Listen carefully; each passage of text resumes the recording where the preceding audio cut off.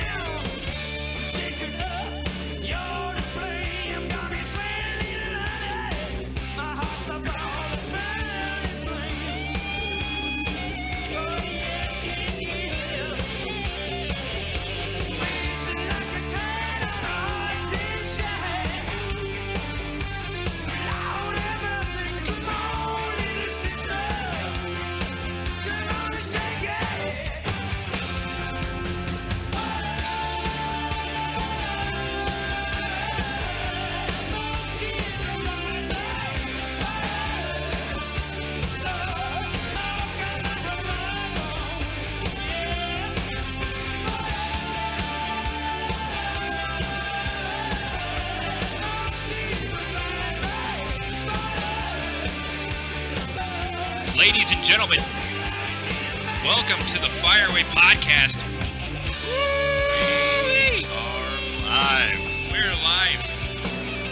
July 21st, 2018. I am Wyatt O'Neill, and this right here is my hetero life mate, Josh Smith. What's going on, everybody? Hell yeah, guys. Oh my god, if you caught any of the promos that we've been, popping up in your ear or on your face screen, we got a lot to talk about tonight. Man, I got goosebumps. Oh fuck, dude. That's an understatement, Nick. F-bomb number one came within the first minute. My goosebumps had goosebumps. Oh. Whoo-wee. That's how insane all that was, just seeing all that. We watched them back to back to back, and it's like, I'm surprised my head didn't explode. Oh, I was... you saw me. My arms had the hair. My hair was standing up on my arm. Oh, whoo-wee. Easily. But we'll get into that later. Oh yeah, no problem. We'll definitely cover that. So, what's been going on with you, my friend? Just got my 3rd year working. Oh, sweet. Yep, got a pay raise and doing all right. Fucking A right, dude. That's 2. For those who are counting. That's 2. Yeah, no. And we're getting kicked off. No. No, but I just had my 5th wedding anniversary. Hey, yeah. Yay.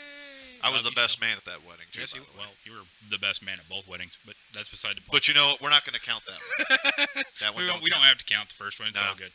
Screw it. So, if you haven't been tuning in, San Diego Comic-Con is going on. Yay! All now. The geekdom and nerddom you could possibly want. Someday we're going to be there. Yeah, someday we will be there. Someday we will be there. Hopefully one day it'll be a booth.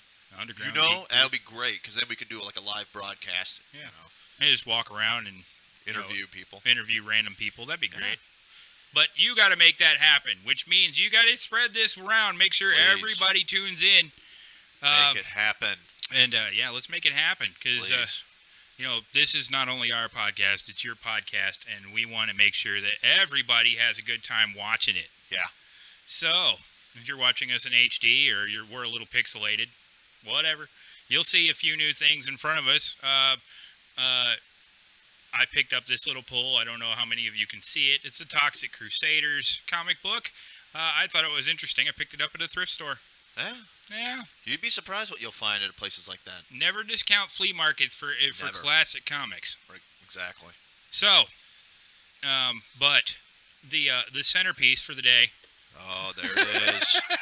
Oh, you don't really see it, but there's like an aura around it. Not just his hand. The actual Loot Crate, not the Loot Crate with the T-shirt that I got last. You should have seen the look. You should have seen the look of defeat on your face when you open it as a shirt. You're like, oh, come on. Damn it! Really? After all that back and forth between me and Loot Crate for saying, hey, I got the wrong Loot Crate. Well, no, I didn't get the wrong Loot Crate. I got a special Loot Crate because I'm a year subscriber. Yeah. So, here it is in the flesh or the cardboard, whatever you want to call it. Anyway, we'll get into this later. And then, but, we can't.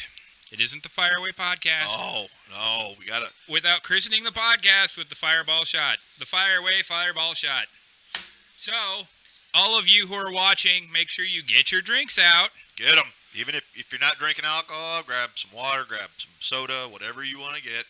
Make sure you raise it in the air to the Fireaway Podcast on July 21st, 2018, with some of the greatest trailers dropping from San Diego Comic-Con. But again, we're going to talk about that later. We'll talk, yeah. Don't worry. We'll get coming. there. It's coming. It'll happen. Pouring this slowly, but, I really, don't need to because I'm probably pretty close to the end of the bottle. Oh, pretty close. Oh, guys, you have watched us go almost all the way through this bottle. Absolutely. Don't worry, we got more. Oh, plenty. To its credit, we love Fireball. We found another alcohol that we love a lot. I know, that was really good.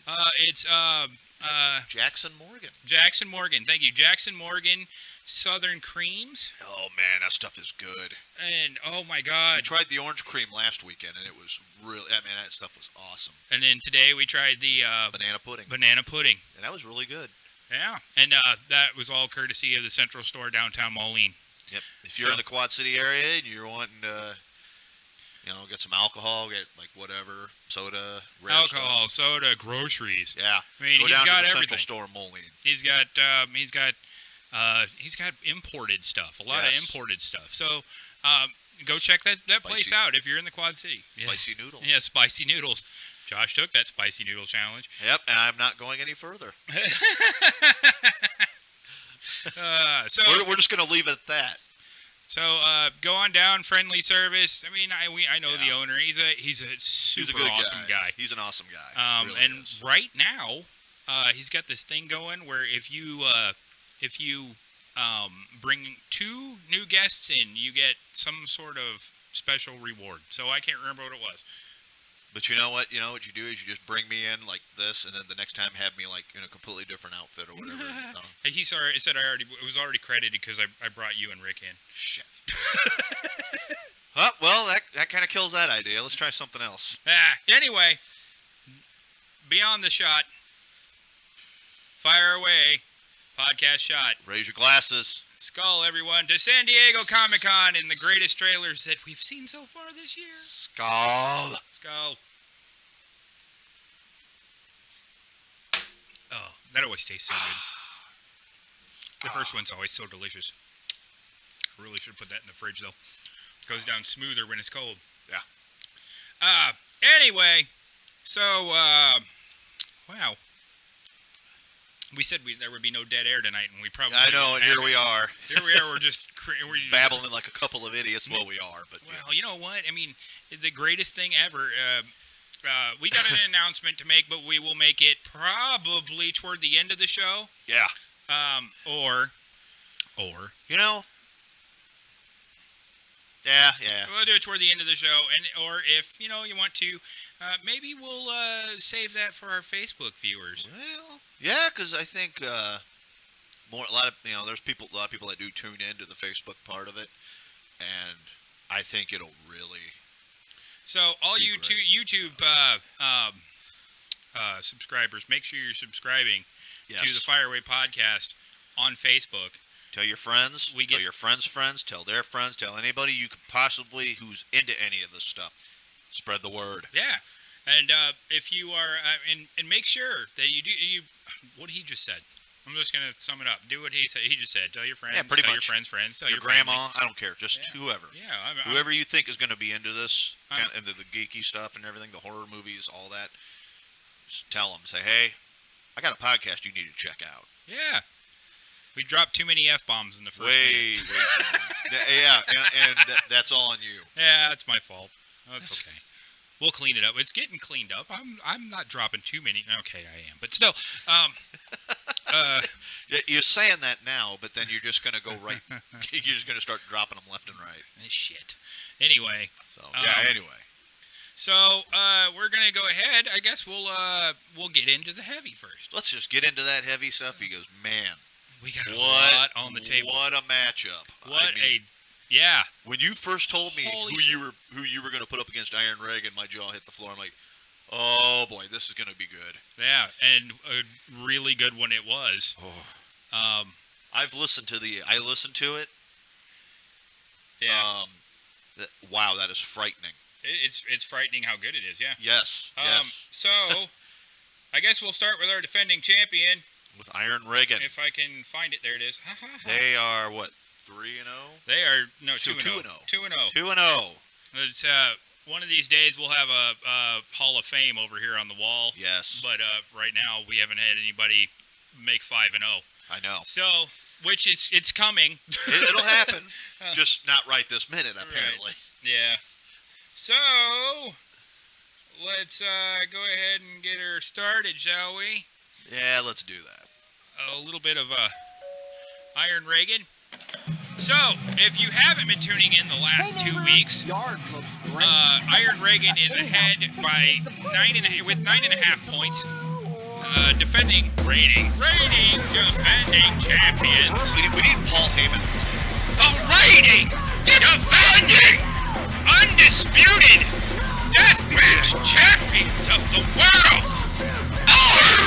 Reagan! I cannot do Paul Heyman. Right? Anyway, so we got, if everybody's been following the scale, we go with likable competition, solid vocals, longevity, cover art, face-melting guitar, consistency, as in, is it staying metal all the way through? Is it mosh-worthy? Is it really metal? Does it have notable songs? And the bonus, if I like the album, because I'm very picky about my albums. So, I'm just picky. Yeah. But, anyway, so on the scale, likability, is it likable? This album was likable. We gave the point for that. Composition, I gave it the half point because it's composed, but it's got that, it's got a little bit of an issue. It's well. solid vocals. It's got solid vocals for thrash music and hardcore. Longevity, yes. The thrash metal and hardcore genres have both been just lasting forever. You said 79 last time, right? 1979 is when it really started to hit its stride. 1979 was when, like, around the time when I wasn't born yet. I was 80. he asked me because I'm like a hardcore punk guy. It's a thrasher. Thrash metal really started kind of making a name for itself. A lot of the hardcore punk bands were kind of crossing over into that Right. thrash metal era. Dirty Rotten and Souls of Uri were like the first name that comes to mind. Right. To me, they're the godfathers of thrash. Right. That's just my opinion. So, I would say I wouldn't say 70s. 70s were kind of punk rock. Right. So The 80s. Just sum it up. The 80s were kind of when thrash metal really made its presence known. To sum it up. I'm not Matt Pinfield, right? God damn it. Anyway, to sum it up, yes, it's made. I'm like the Quad Cities Matt Pinfield. Right. That's Matt Pinfield is like way smarter than me. right. Okay, so to sum it up, yes, they got it for longevity. Cover art, it's like I said, it's got Death holding two crosses that look like daggers. So metal. Let's see here. Face melting guitar. Yeah, there's some good thrashy, guitars in there. And It it's takes worth me it. back. Consistency, staying metal. No, it does not stay consistently metal. It goes hardcore a couple times in this album. Is it mosh-worthy? Yes. Yes. Yeah, if we it were is. in our 20s. I would. Yeah. Right. 20 years ago, I would have been in the pit. Yeah. Not Just, now. Wearing our short cut-off jean shorts and Chuck Taylors and Flip cap. caps and jean vests. Yeah. Looking like the kids that got beat up a lot. Yeah. Anyway, so Head hair. right. So to the same metal we already got there, but mosh-worthy, yes, it's definitely mosh-worthy. Is it really metal? I said no because it feels more hardcore to me than it does metal, which is okay. I love hardcore music. Don't get me wrong, I love Hatebreed, but that's just me fucking name dropping. That's 3. Anyway. I'm gonna start like marking all this down every time. He's gonna have a tally just sitting over it. I'm gonna need a couple of notebooks because this might take it. All right, so notable songs. Yes, it does have notable songs, and I wrote them down. "Dead with My Friends," which we have not heard yet, but that's okay. "Fuck the Neighbors," which was the there's song 4. we heard. "More War," which is the last track on the song, which it's about to play. But it's it's a good album. So it ended up with 9.5 points because I liked it. But not enough to continue it in the rotation. So far, it's gotten continued in the rotation because I keep playing it for you. Yeah, well, Yeah. But, okay, so that gives our defending champions 9.5 points because I don't reevaluate. There's no need to. I mean, if they got the points, they got the points, and I'm not going to go back and change them because, that wouldn't make sense. yeah, it just wouldn't make any sense then. So, that having been said, our challenger. Oh man. Oh, good God. Oh boy. Our challenger this week for against the reigning defending champions, the new challenger, 6 Feet Under, with their new album, Unburied. Let me just play that for a second.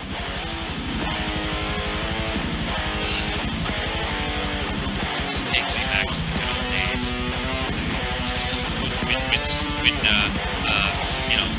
When 6 Feet Under was really good.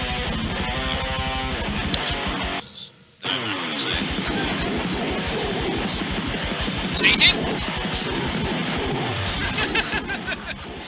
Anyway, so this album Okay, we were sitting here last Sunday. Yeah, Last you and I- Sunday? Yeah, it was last Sunday. We were hanging out, just kind of sitting. We were just sitting here hanging out, and I was like, let's just listen to that new 6 Feet Under album. I haven't listened to it. This week, I think I've listened to it at least once every day. It's one of those. It kind of reminds. I'm at a loss for words here. When you had me listen to it, I was literally like, What it is it's a resurgence of death metal. yes. And And that's what. And you got all these in the era when like hot topic metal is like been taking over profusely. Like Panic at the Disco. Oh, don't even get me started on that emo crap. But you know, they got like the hair all poof to the side. You just wanna punch them. It's like they did their hair with the wet turd. Yeah, pretty much. A really wet turd. Let's get right into it, shall we? Is this album likable? If you like death metal, and I do, it gets the points because it is a very likable album for death metal. Yes. Composition, was it composed well? Yeah, it was composed well for a 6 Feet album or 6 Feet Under album. Wow, it's heavy, it's gritty, it makes you want to stomp on somebody's head. It's composed very well for 6 Feet Under. I mean, 6 Feet Under in the past hasn't been so great with their composition. Yeah, it was. The last 6 Feet Under album I actually had was Right, loved it.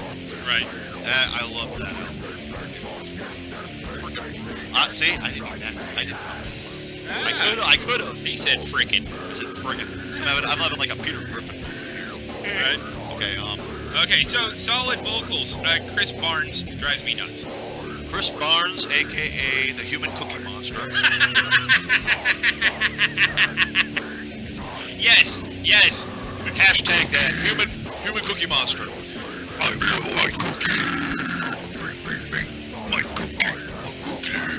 Okay, so yes, I didn't give it the points for solid vocals. I mean, for death metal, yeah, it's Chris Barnes, and he continues the sound that it's he's like- always had. I call that the generic death metal vocals. Right. Where they're basically deep throating the microphone, pretty much. Yeah. They sound like they're Belgian. Right. Yeah, Well, it sounds like Cookie Monster is the front man for the band. Oh, hiccups. Oh, go away. Go away. Anyway, longevity. 6 Feet Under's been around for a while, guys. Oh, yeah. They've been around for quite a while. Death metal's been around for quite some time, also. So, this album will kick them into the next 10 years. So Yeah. definitely, it's gonna go the distance. Cover art. It's a buzzsaw made of dead bodies. I think that's pretty damn. In a yin yang. You don't get much more metal than that. No, you don't. So longevity, yeah, it gets it. Oh, I already did the longevity. Sorry, that was the cover art. Yes, it gets the point for the cover art.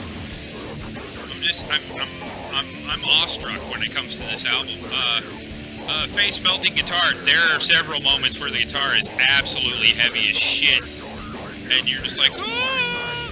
Yeah, face melting guitar. It gets it. Consistency. Does it say metal? Come on, that's a dumb question. Why would you ask that question? So yeah, it gets it. The consistency points. Anybody noticing a trend here? Okay, Moshworthy. I would stomp somebody's head into this shit. Really? If I was going to commit murder, this would be the album I would be playing in the back. Well, I don't know. Tiptoe Through the Tulips by Tiny Tim would probably be right up there at the top too. Well, at least, you know, with that one, you would have a logical reason. Right, to murder someone. Yeah, definitely. Tiptoe Through the Tulips. It makes me want to beat Tiny Tim over the head with a ukulele. So yes, it's freaking Moshworthy. Is it really metal? That's also a dumb question. Dumb question. Okay, Don't so even ask. It gets the points. We're gonna move on. Yeah, Notable songs. It does. It has notable songs, ladies and gentlemen. Violent Blood Eruption. Sounds like a lovely song. That sounds like a love song. So it was like the first song we heard. We heard Midnight in Hell. That was the one where he sounded like Cookie Monster. That's a really good song also. Gore Hungry Maniac. That sounds like me on a Friday. Right? And as the dying scream. Very good song also. Yeah. You can't get any more I think metal it's than that. fair. I mean, we've been giddy about this album I since know. last Sunday. I haven't been this giddy about an album since freaking He went down a rabbit hole. No, I went past the rabbit hole and I went straight down fucking wherever the hell. Right. So, guys, it gets the 3 points because I've listened to it already 5 times. So I had it cranked up at work, and people were like, "What the hell are you listening to?" 6 Feet Under. And they're I like, want to see 6 Feet Under do the Sesame Street theme song.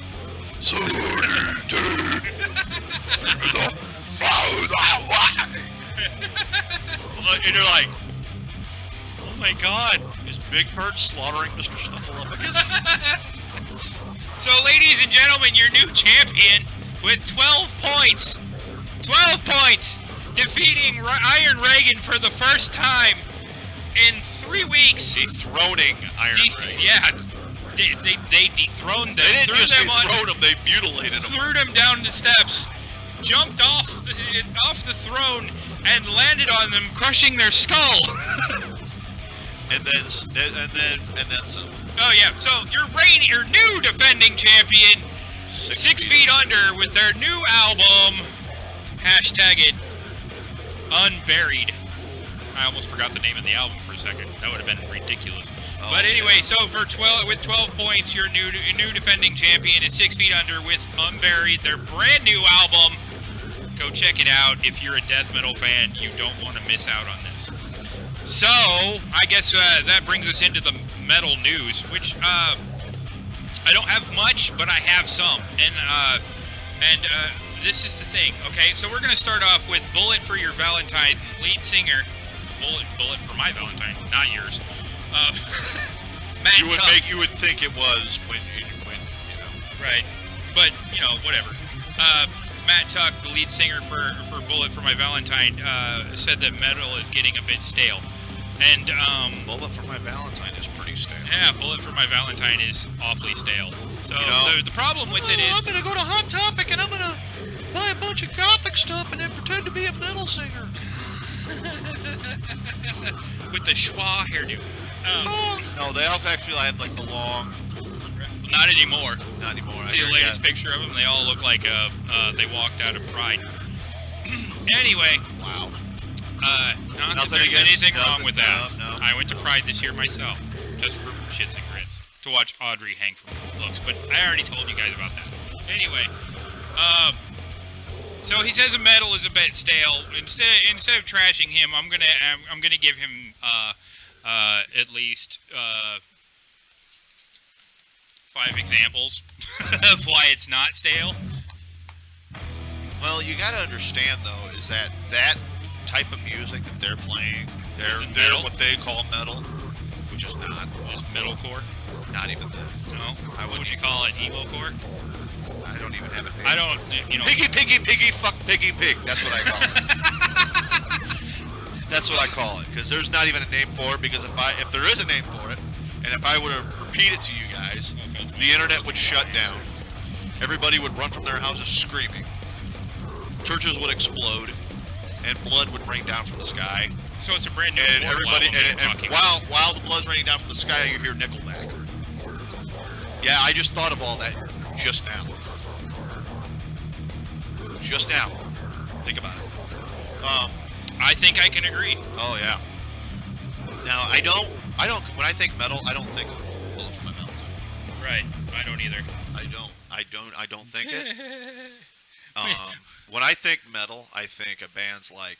This reminded me of that Lewis Black sketch where he was like, when I think football, I think Aerosmith. I think Aerosmith. And then you're out NSYNC. Then you got Britney Spears. I got a trifecta from hell. That's about the only way I can describe it. Somebody's fucking mowing their lawn. Jesus Christ. Who? I just can't catch a break here. Anyway, I would not consider Bullet for My Valentine metal. No, they're not. They're That's like hard rock. Hot Topic rock. I'd give them hard rock. It's Hot Topic They're rock. right in there with Godsmack and okay, that's just Five Finger Death Punch. Five Finger Death Punch. Which is not metal. Not metal. When I think metal, and I'm not doing a Lewis Black moment. Here, when the first bands that come to mind, like as for like the old school metal, Megadeth, Right. who's still holding up, Slayer, Yep. Testament. There's people that talk smack about them. I love Testament. Oh, I've seen Testament twice now, and I know, and like one time it was with me. Yeah. Too many really- more times, my friend. Yes, more. Raise the Deadpool cup. There might be beer in this. Who the hell am I kidding? There is beer in this. Oh, for all of you who don't know, some of your local 7-Elevens do still have the Deadpool cups. This particular Deadpool cup says, enjoy something magical in your mouth while he's holding. And I've got one that says, make your tongue twerk. Yeah, see? This one, he's holding a fluffy unicorn. Yeah. And Anyway. this one is just him just like he's pointing at his nose or something. Right? There's two people watching. Fantastic. Make sure you chime in. We want to hear from you. We don't hear nothing. I mean, Yeah, do you think there might be... I'm just making sure. Okay. Chime in, guys. Chime in. But anyway, For crying out loud. But no, I was going to say is the one band in particular that I think of when I think metal, Lamb of God. yes, Those guys are... this is the third week in a row we've been sucking their cocks. Yeah, it seems that way. I'm Yeah. okay with it. Yeah, whatever. It's fine. Yeah, cool. Anyway, but but to be serious about it, yeah, Lamb of God picked up that football and ran to the end zone. Oh with it. man, and they ran past the end zone. They were Where- knocking everybody over purposely just for the hell of it. Where everyone else was having that hole from Pantera breaking up, Lamb of God picked up the ball and ran. I totally agree. So, that having been said, fuck you, Matt Tuck. Heavy metal is still very much not stale. Moving on, I was mistaken earlier when I told you this, but Rob Zombie has signed with Nuclear Blast Records. So, yeah. And he's got a new album due out in 2019. Right now, he's touring with Marilyn Manson on the Twins of Evil 2 tour. Yeah. So, but he's from what I read of the interview, which I'm not going to pull it back up. He says he's excited to be with the Nuclear Blast family, and is looking forward to the future because Nuclear Blast has still got that grassroots metal feel. And that's it. That's what he loves the most about And it. they also have a hand in the hardcore. Yep, they do. One of my favorite hardcore bands of all time, Agnostic Front, is on Nuclear Blast. Sweet. And it's great to see another Rob Zombie joining the Nuclear Blast family. I'm hoping, though, that now that he is part of the Nuclear Blast family, he will bring back the feel of his earlier albums. The heavier, darker. Yes. The more of the White Zombie than Hellbilly Deluxe 1 feel. Yeah. Because, I mean, the last few albums, some of them have been good. But, It was hit and miss. It was hit and miss. Sorry, my ankle itches. But it was hit and miss, and, you know, you can't hate everything he put out because they're not all bad, but... No. And it's like, I don't dislike what he's put out. Right. Since then. It's just some of it. I've grown out of. Yeah. Yeah. Yep. That's the feel you get from it. You've grown out of it. And I think Rob Zombie, with being with Nuclear Blast, he should be able to put out an album that all the fans are going to enjoy. Hopefully. Wholeheartedly. Yes. So, that's it. All the news fit to print. Yeah. And I wait. found out that the creator of Metalocalypse died. Oh yeah, he did pass away. And for all of you who did follow that, from what I gather, he had a massive stroke, and that's what killed him.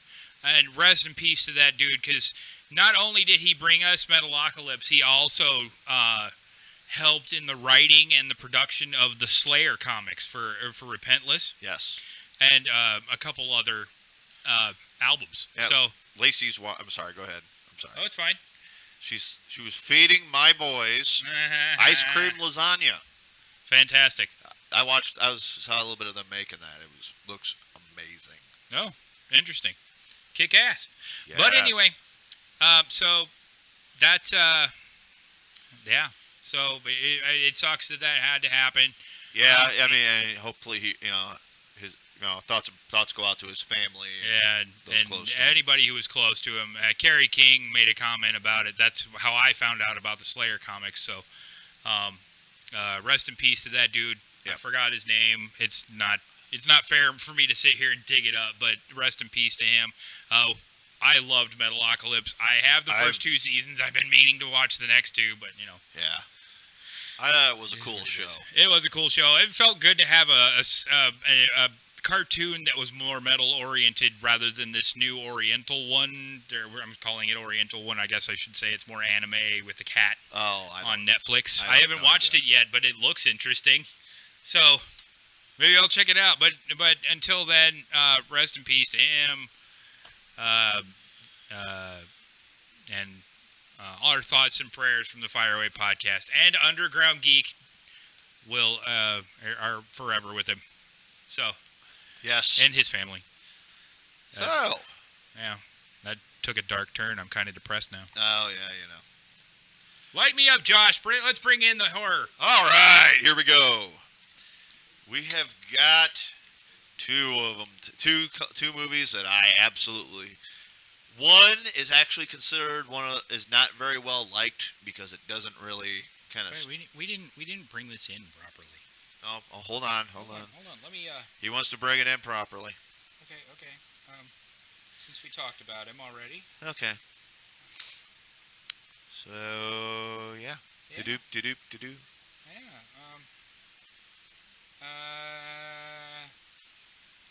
Let's go with that one. You good? Yeah, we're good. Just go ahead and bring us in. Here we go. I think I'm gonna go with a movie that you and I both know. Yeah. They Live. Love that movie. I came to chew bubble gum and kick ass. And I'm all out of bubble gum. Greatest line ever. I love that movie. Fucking A right, dude. One of John Carpenter's classics right there. So, yeah, movie came out in 1988. That was a good year for horror. When I found out that this movie was being made, I saw posters for it in the movie theater. It says They Live, and I see this guy who's got his sunglasses down. You see like a reflection of an alien. I thought, holy shit, this looks great. And then I found out who was in it. Rowdy Roddy Piper. Hell yeah! He was. I'm a huge Piper fan, and when I found out he was going to be in this movie, I had to watch it. Of course, I didn't get to see it in theaters, unfortunately. That's okay. But when they played it on TV, I think it was on one of those. I can't remember what channel. And I sat down. I did not leave that spot until the movie was over. The first time I watched it, I sat down and watched it with my dad.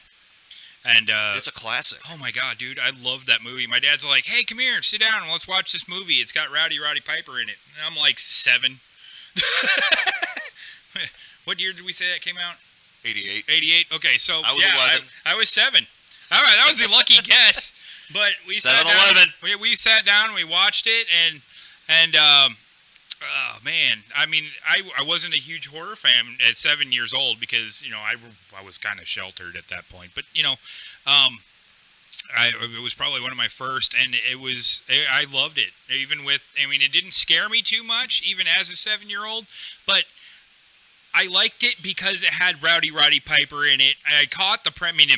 It's very easy to watch. Oh yeah, totally. It's so easy to watch. It's easy to follow, and even your kids will enjoy it.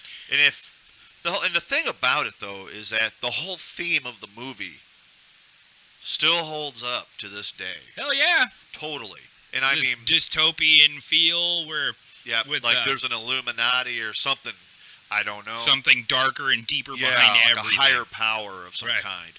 And I absolutely just loved this movie. One of my favorite fight scenes is in that movie with him and Keith David, Right. who's also Keith David's been in a lot of movies. Then they get into that fight, and oh man, one of the best fight scenes ever made. Right. In fact, that fight scene is ranked number 7 in the top 20 greatest fight scenes ever in cinema history. That's awesome. Number 7, in my opinion, should have been up a little higher, a little, closer to number 1. That's just me, though. But yeah, it's about a guy who he gets some construction work, and he sees his church getting raided. Well, then they start pulling. He pulls this box out from one of the walls, and there's these sunglasses. Right. And he hey, sunglasses, I'll take a pair.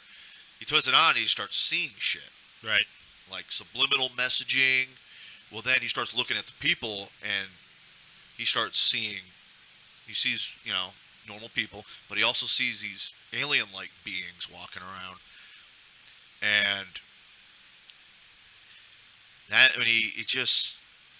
I just went, oh, wow. Could you imagine? Right. But all in all, great movie. I loved the poster. Right. I always loved the poster. I thought it was like one of the most iconic movie posters you could ever possibly have. You can still get them. Amazon still has them. Kick You ass. can get them on Amazon. We're gonna have one of these. Yes, totally. Might have to And they have the replace- T-shirts too. Might have to replace Jason with They Live. Yeah, that's fine. As much as we love Friday the 13th. And it's one of those cult movies. In fact, Oh, yeah. it's ranked number 18 in the top 25 the essential cult films in cinema history. Right. Oh man, they were gonna do a remake. They Interesting. were thinking, and John Carpenter was gonna be the producer. Right. Which, as long as he's involved in some capacity, I'm fine with that. Because And then he throw in a tribute to Roddy You Piper. would have to. You Yeah. would totally have to. Unfortunately, since 2011, it's been in developmental hell. Right. That's just But, about how it usually works. But like we're in the era where nothing. Nobody has original nobody- ideas nobody- anymore. Nobody. I'm like, you got to be kidding me. Right. And my question is though, since they wanted to remake it, you would think now you would put like people's brains into overload. Right. People might actually start seeing shit. I think it may storm. Not to throw anything off here, but, if you start hearing thunder, that's what's happening. Because it got really dark all of a sudden. Yeah. Then again, it's also 7:40. Well, that doesn't mean shit. It doesn't usually get dark until like 9 o'clock. Yeah. But all in all, Anyway, go ahead. They Live, cult classic. If you haven't seen it, see it. Yes. Totally. What are you waiting for? What are you waiting for? Well, you're hanging out here with us, obviously. Go watch it after the show. After. After the Facebook show. So, Which, for some of you, may be, midnight. But still, go watch it. just go watch it. I highly recommend it. It may be on Netflix. I don't know. No. If not, it's somewhere. Unfortunately, it is not. Oh, that's Not even on Bobo. Hulu. Not even I'm on Hulu. So disappointed. you probably be able to find it on YouTube movies. Yeah. So, The next movie plug, I'm going to plug, be reviewing. YouTube. I'd love to have one of those little subscribe pillows put right back here. Great. Sorry. Go ahead. Okay. The next movie I'm reviewing, Return of the Living Dead 2. Woohoo! Also came out in 1988. They Live came out in November, and Return of the Living Dead 2 came out in January Awesome. of 1988. Now, a lot of people really criticize this movie, mainly because of the fact that the first one is an instant classic, in my opinion. Because it really kind of opened the gateway for a lot of other zombie-related films. Whereas Return of the Living Dead was a horror movie, Right. had some comedic elements to it. Whereas Return of the Living Dead 2 was a comedy that had a little bit of horror elements to it. And what's even funnier, and I found this out according to the documentary Return to the Living Dead. I watched it, and I found out Brian Peck, who was Scuzz in the first film, has been in all the movies. Fantastic. And some random character. In part 2, he was the Michael Jackson zombie. Spoiler. He was in the third movie. Right. And he's in the last 2 that they put out. Huh. He's been in every single movie. Interesting. In some capacity, as a cameo or as like a reference, but he's been in it. Doug Benson, a comedian, right. He's in part 2. Huh. And if you can find it on YouTube, look up Doug Benson as a zombie in Return of the Living Dead 2. And it shows his scene, and you go back and watch it, and you're like, I never knew that. But the thing was, they were trying to get Dan O'Bannon to come back to do the second one, and they didn't really, lines got crossed, I guess. Right. Tom Matthews and James Karen, who were in the first one, playing, working at a warehouse, medical storage warehouse. Gotcha. Well, in this one, they're thieves. They're two completely different characters. Same thing happens to them. And it's just like, oh wow. It's a running gag. It's a running gag. And they even say in the movie at one point, why do I feel like we've already gone through this before? And you're just like, oh my gosh, no. They went there.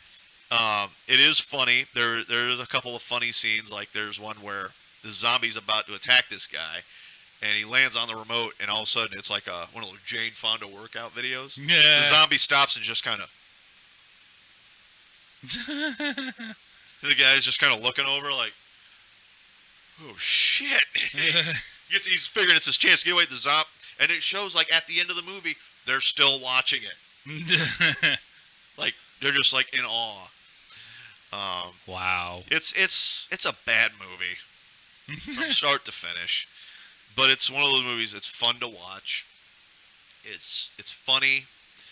It's a comedy with some elements of horror. Right. But all in all, I personally find it entertaining. Right. I recommend it. Watch the first one.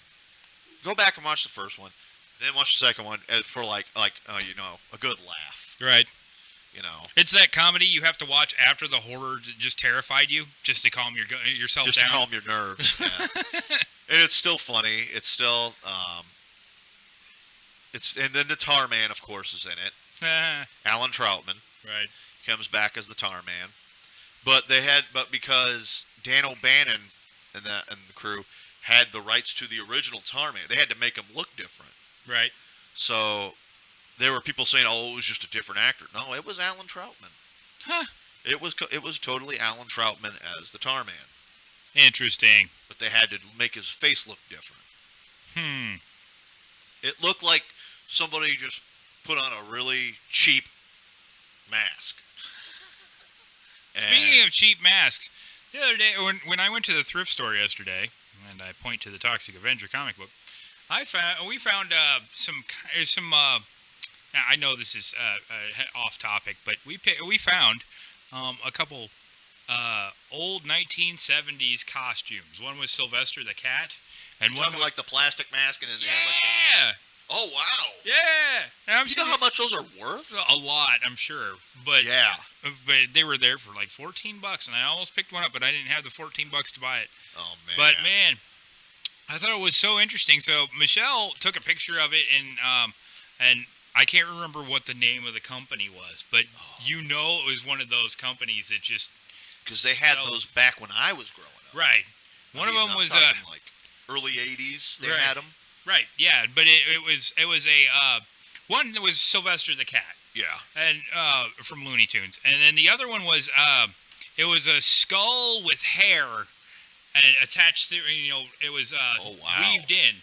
And I was gonna buy them both. If I would have had $30, I would have just grabbed them both. Oh man. They'd be over here on the shelf. Yes. And just collecting dust, but I don't give a shit because They said that the Dracula and the Frankenstein's monster ones sold for thousands of dollars. Right. and I'm at an auction. Some guy just had a. I can't remember what show it was, but they showed this guy. This guy had all like these vintage Halloween costumes. Right. They were those ones with the plastic mask, with the string, Right. And it had the plastic cover to make it look like it was a costume. And they said that, and this guy bought them back when he was a kid, and he just kept them. And it just blew my mind that this guy that was going around buying these things, like on the show, the host of the show, bought them for like a couple grand. That's nuts. I'm having her send me the photo so I can tell you what the brand was.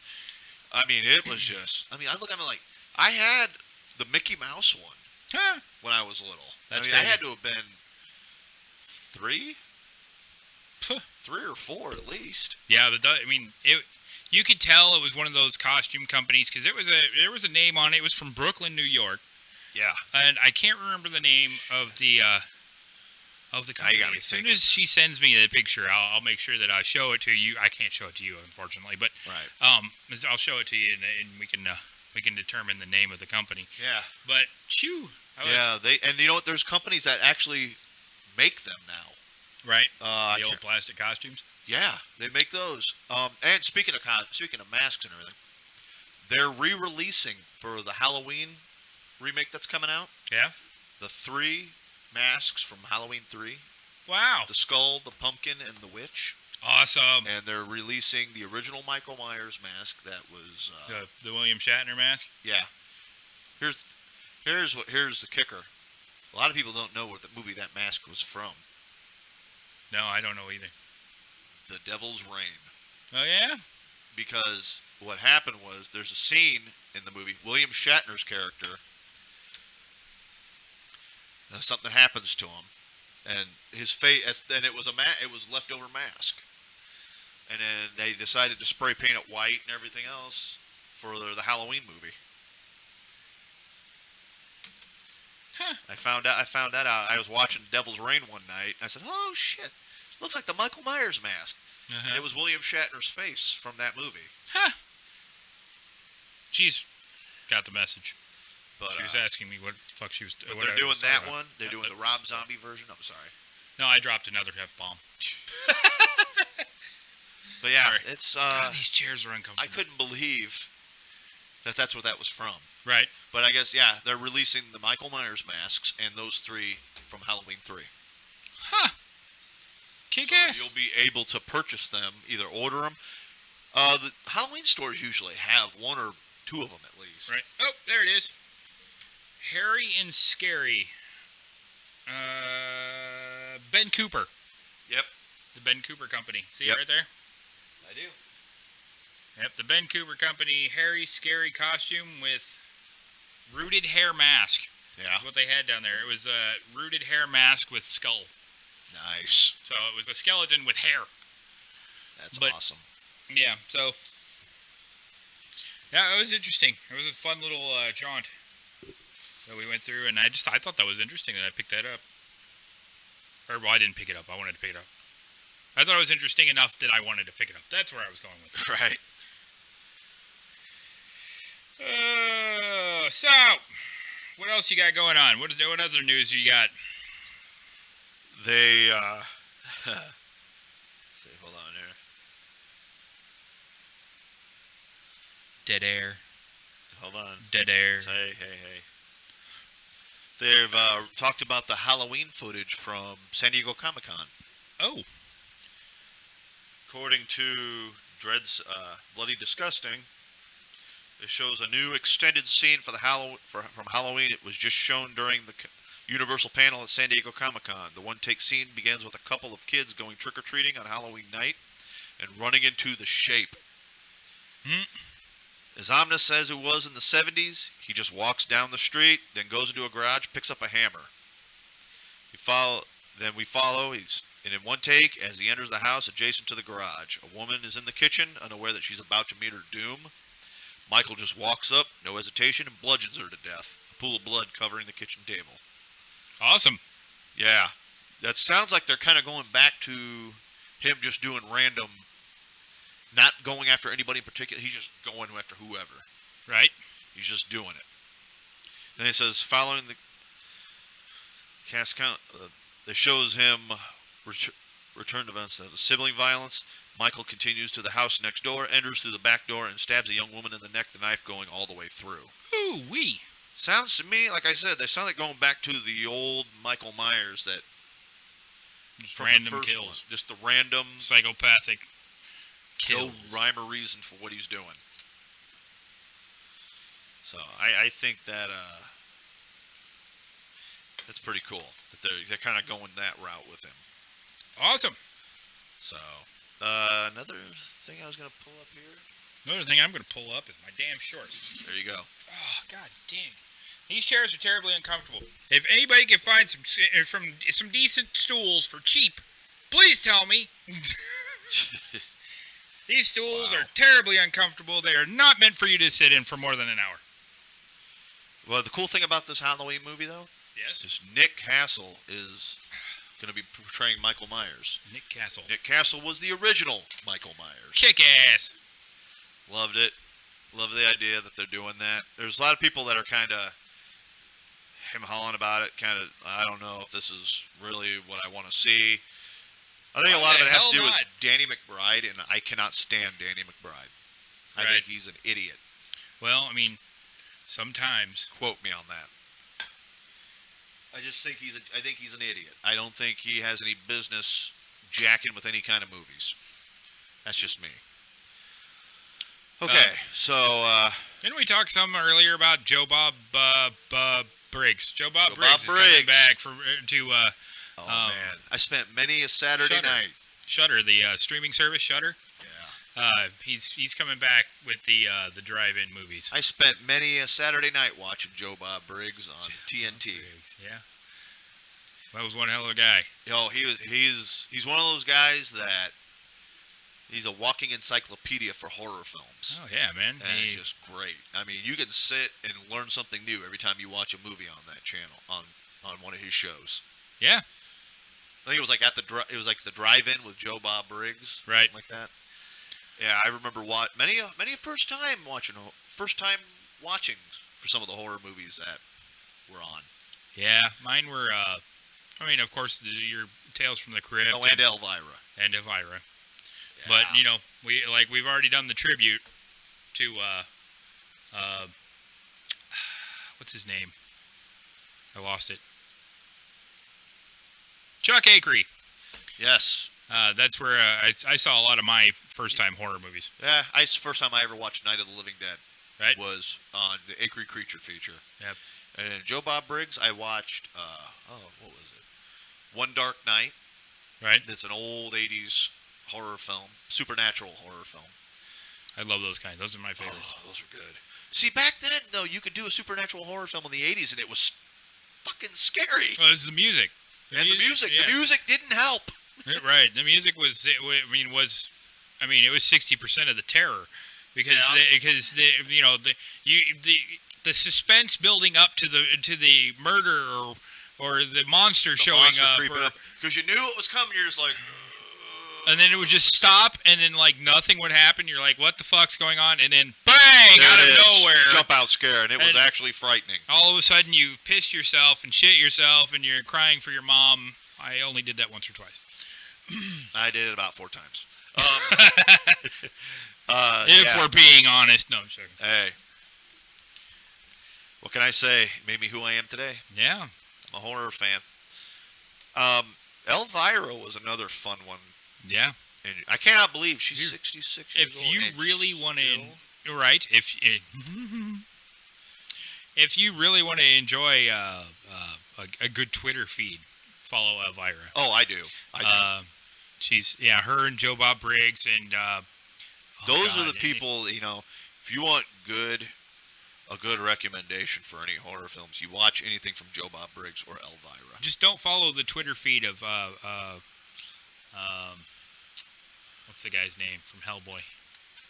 Ron Perlman. Yeah, it's Ron Perlman. Just save your time and don't follow Ron Perlman. How about you just don't follow a lot of those actors, because I get it's all the same shit. Well, I mean, my problem with Ron Perlman is He's taken everything political. Everything that goes on his Twitter feed is political. It has nothing to do with anything. I don't even think he acts anymore.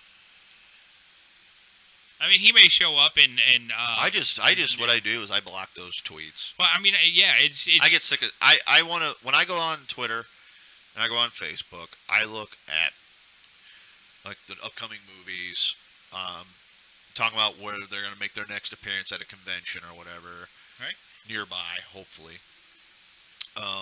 But I could really care less about their political views because that's not why I watch their movies. That's right. And I'm going to make that clear now. I don't give a rat's ass about political views. Right. 90% of the people that go to your movies and watch your films, and We don't care about your political we don't views. care. We care about what you've done. Yes, we care about the work you've done in cinema. Right. You're inspiring people to become actors. You're inspiring people to become directors, producers, writers. Nobody cares about who you voted for or who you don't want to vote for. So Right. just keep it to a minimum. Anyway, we're not going to get into that. We're not. No, this is a perfect transition, my friend, because we need to talk about James Gunn not being Wow. That's all I can say is wow. This is it's important to our Underground Geek fans because we are all fans of the Marvel comics, and weird. This is very much on that same realm because if for all of you who don't know, James Gunn was fired from. I'm trying to pull it up here. From Disney. He was fired from Disney for making some very stupid comments. And evidently there's according to Twitter here, there's people who are trying to petition to get James Gunn rehired. I think stupid because, I mean... Well, you kind of half expect that, too, the way I'm sorry, I'm pulling it. Process Trying to pull it up. is. It's stupid. But Honestly, you don't make comments like that. You just don't. I don't care what the situation calls for. I don't care what year it is. I mean, yeah, some people have said some stupid shit over the years. Okay. But you know what? I say stupid shit all the time. Well, okay, this is one of those things. Twitter being part of everyone, you have to remember that when you tweet something, it's out there forever. Yep, does not go away. And if you're a public figure like James Gunn, I can't consider myself one yet.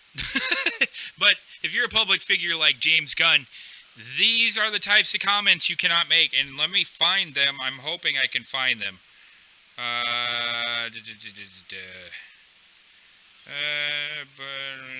Screenshots.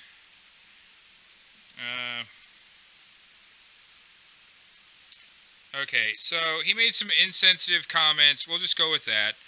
Yeah. Regarding Let's see. Here's one in particular. He made a few comments about rape. He made a few comments about he made pedophilia jokes.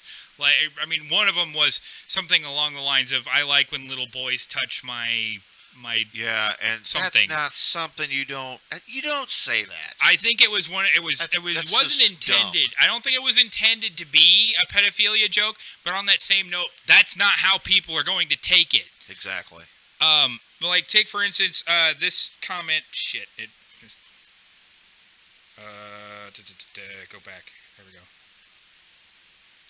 Damn it. This comment he made right here. Okay, he made the comment, "Laughter is the best medicine. That's why I laugh at people with AIDS." Wow. Yeah, right? Okay, so he made some, and now he's trying to say he regretted making the comments, but regardless of what it is, they're old comments, and he was just saying them in jest. I'm sorry, there are some things you just cannot say in jest and expect people to be okay with it. Exactly.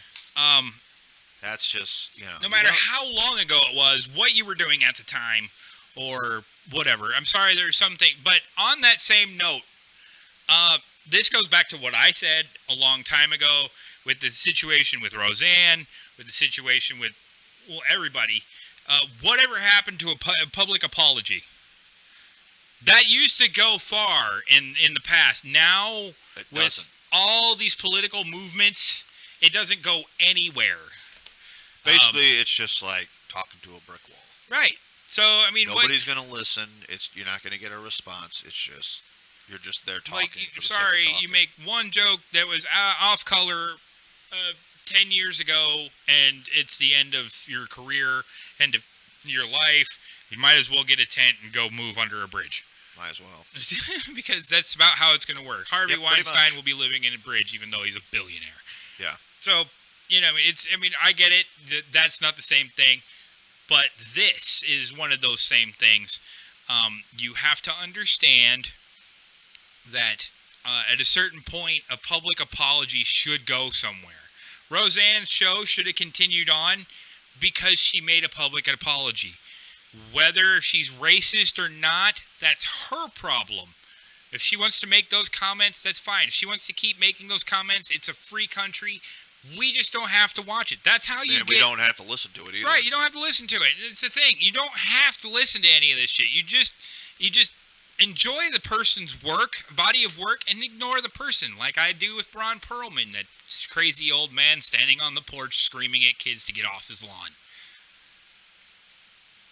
That's what all of his tweets sound like to me, dude. If you sit there and read all of his tweets, it sounds like he's just bitching at a bunch of kids to get off his lawn. Yeah, it does. Ron Perlman has officially sunk lower to me than Harvey Weinstein because all he does is bitch. And Let's. Okay, go ahead. I Finish. log on to Twitter because I want to see, like you said, I want to see, like today, I watched or waited for the Aquaman trailer to drop. It was dropping on Twitter at 2:30. I had to be on Twitter. I go on there to watch, watch for people's comments about movies, directors' comments about how much they enjoyed making these movies, what's coming out next, who's doing what. What's in not production. the news. What's Yeah. in production, not the news. I don't care about the news, okay? I don't either. I don't even That's watch the why news. we do this podcast, is to get away from that. Yeah.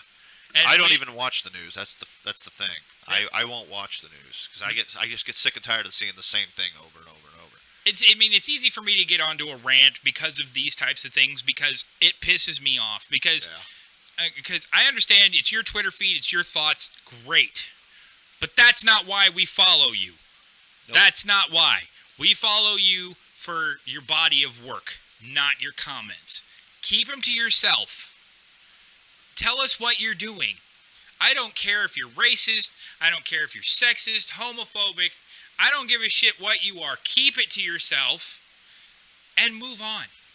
Let us see your body of work. Ron Perlman has a fantastic body of work. I hate that fucker. That's 5. Moving right along. Yeah, let's move along before you start really sounding like a disgruntled old God guy. damn it!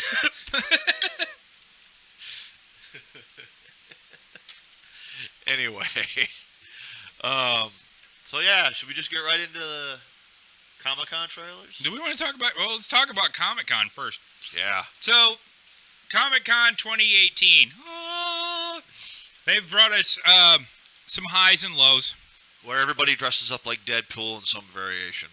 And we always get the best candid videos Of the best. of people making comments and making videos of themselves running around and doing dumb shit. I will say, though, In costume. that was one cool one where Ryan Reynolds actually went around Comic-Con as Deadpool. Right? And nobody noticed. Right? I mean, he was he was photobombing. He was doing everything, Deadpool would do. Right. And nobody said a word. They just kind of went with it. They didn't think about it. They didn't. And, it was great. That was back when the first Deadpool movie came out. Right? And, oh, man, I laughed. I'm like, do these guys not realize this is Ryan Reynolds? And it really was, because it showed him after everything was said and done. He lifts his mask up, and he's got this mischievous smile, and nobody caught it. So anyway, yeah, San Diego Comic-Con. Oh, wow. Every year, I get excited around this time of the year. This is kind of like my, some people. Holy Week. Yeah. Yeah. It's Holy Week for us. Holy nerds. Week for the geeks. All the neckbeards and all the hot girls dressed up as whatever. Yeah, like the most scantily clad anime character you could possibly find. Yep. I'm okay with that. Or comic book characters. Yeah. I always love the ones dressed as Psylocke. Yeah. I'm a leg man. No. The best one I ever saw was there was a girl there dressed as Purgatory. Right. And then there was one with Witchblade. And I just went, I gotta go to a Comic-Con. Right. Anyway, some trailers dropped. Oh my me. God. So, if you didn't see my video earlier, it literally gave me goosebumps. I mean, I watched that was my reaction after watching all 3 trailers. And then Josh came over and we watched all 3 trailers again. And oh my God. They were great. So DC is really ramping it up. They put, I mean, obviously with all the panels and all the great shows, the CW shows that are coming out, that are coming back in their seasons. But with all of that, you got the DC cinematic universe bringing us a couple punches right to the nuts. Oh. And straight shot to the nuts. I'm going to tell you this. Okay, if you follow Jason Momoa on Twitter, he posted a video. Where I'd love to show it to you, but I can't. But it'll probably be on the Fire Ray podcast page on Facebook. Yes. But he posted a video telling everybody he loved him. He's back home. He's super happy to be back home. He's super excited about the things to come. And then he peeks over the side of a cliff and he says, "I got something to show you, but it's down there." So this animal of a motherfucker. Sorry, and he is. And he is. And he is. He's truly a fucking animal. Dude, I will seriously tell you right now, he is he's like, women are just like all about this guy. But they have every right to be. Well, yeah. Jesus Christ. But anyway, so he hops off the cliff into the water and he's swimming, and then he's got his phone in hand and holds it up and says, "Aquaman trailer tomorrow." Yeah. And I about jizzed my pants then. I was excited. I was like, you know what? Okay, let's do this. It was the Lonely Island all over him. Jizzed in my pants. Oh, I'm not going to lie. So I got up this morning and I'm like, fucking A-right, doggy. I can't wait until this trailer drops. I didn't even know it was going to. I completely forgot that it was dropping today. Right? Completely forgot. Well, I woke up and then I got up and I did my thing for the morning, and then I opened my phone and tuned into Twitter, and 2 more trailers dropped up. And I'm like, what? So the first of the trailers that I'm going to talk about, because the other one is probably the most important to the 2 of us. But the first one, Shazam. Yes. I did not know this trailer was going to drop. I had no idea. They didn't. I kept seeing the picture. I kept saying to myself, "Oh my god, this movie's gonna suck." And then the trailer, I'm laughing my ass off. Oh my god, it's hilarious. So you see the kid running. He learns about his not adopted family, his foster family. Okay. He's with his foster brother. He makes a joke. He's about it being like Game of Thrones around here. Spoilers, by the way. So, and then the kid's all like, "What?" And then he's like, "Just kidding," type of thing.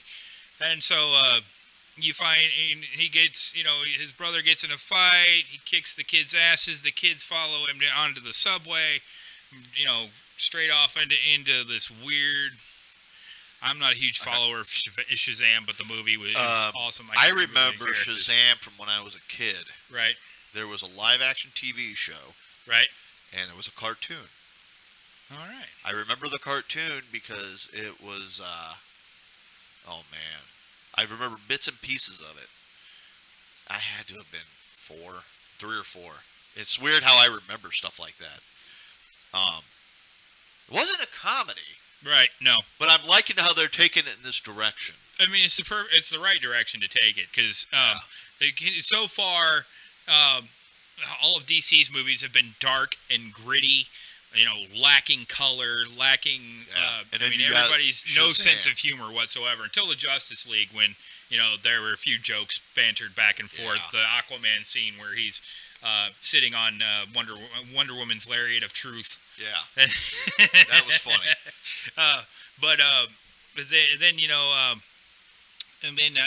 But you go on to this. He's on the subway. He meets up with, I guess I'm going to say, the original Shazam. The Shazam I before can't him, remember or what the he was- character. some He just says, "You sorcerer. say my name so I can give you my powers." Yeah, And he's all like, "Well, I don't know your name." And he's like, "Shazam!" And then he says it, and he gets the powers. well, and- the kid's like, seriously? Seriously? I'm not saying that. And he's like, "Say it!" Yeah. But anyway, go watch the trailer. It's hilarious. There's a Yeah. scene where he finds out he's bulletproof, and he's that's like, hilarious. He's like, "You're bulletproof," and he's like, "I'm bulletproof. You're dead."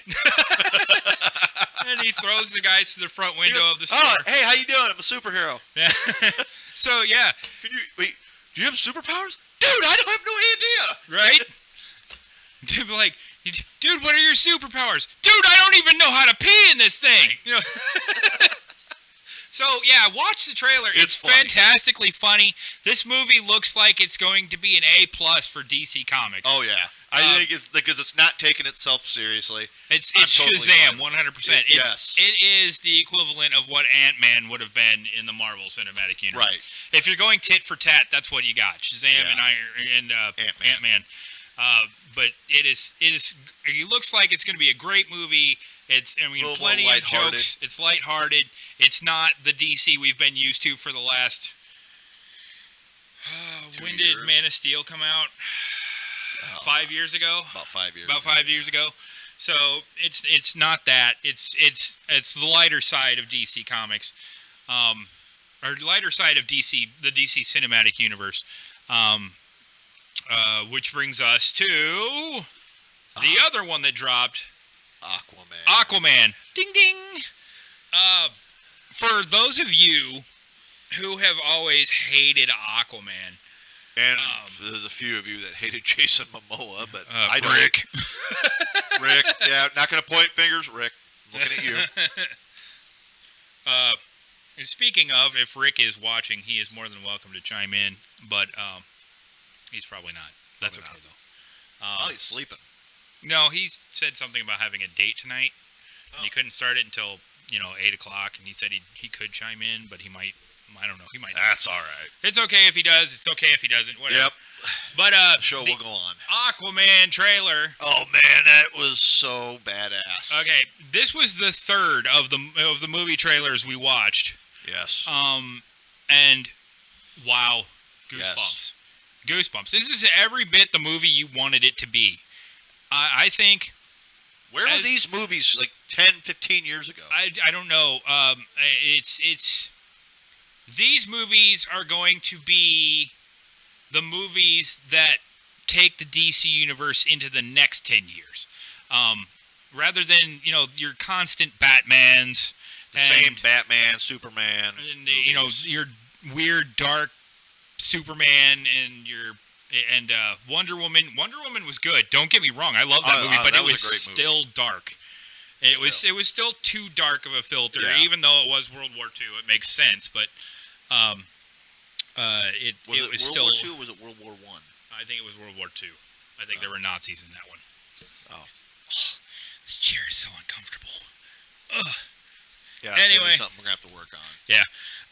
But anyway, so Wonder Woman was still good, but I think that this movie will probably dethrone Wonder Woman, only in the fact that this movie is, from what I've seen, is as, if not more, visually spectacular than Thor Ragnarok.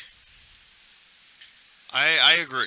I agree. think it's going to be on that line. Okay, so you see him in Atlantis, you see him on land, Your villain is obviously Black Manta. They did not hold that back. No, they did not. They just kind of threw that right out there. And so you know what you're going to see when you go in there to see the villain, but I think they could have kind of kept that a little. You would have been okay. Not to rewrite the trailer or the movie, it would have been interesting to see them just like them to have the whole trailer, and at the end, Black Manta with 2 red eyes in the darkness, in a shadow area. That would have been just fine with me. Just a little, just to give us a taste. Yeah, of totally. Kind of leave it a mystery. Right, just a little bit of a mystery. Like, but okay, what are we dealing with here? I mean, any fan of DC Comics will know, oh shit, that's Black Manta. Right. But I mean, people they're gonna be like, oh, what's he gonna look like? Right. But he looks like he was pulled straight off the pages. I think he was. Oh my God, it looked fantastic. Yeah. I liked it. Everybody, there's a bunch of people who are going to say Black Manta looked dumb in the comic books. That's fine, but at least they stuck to the comic books when they went into the movie. Exactly. So I can think of a few movies that did not do that. X-Men.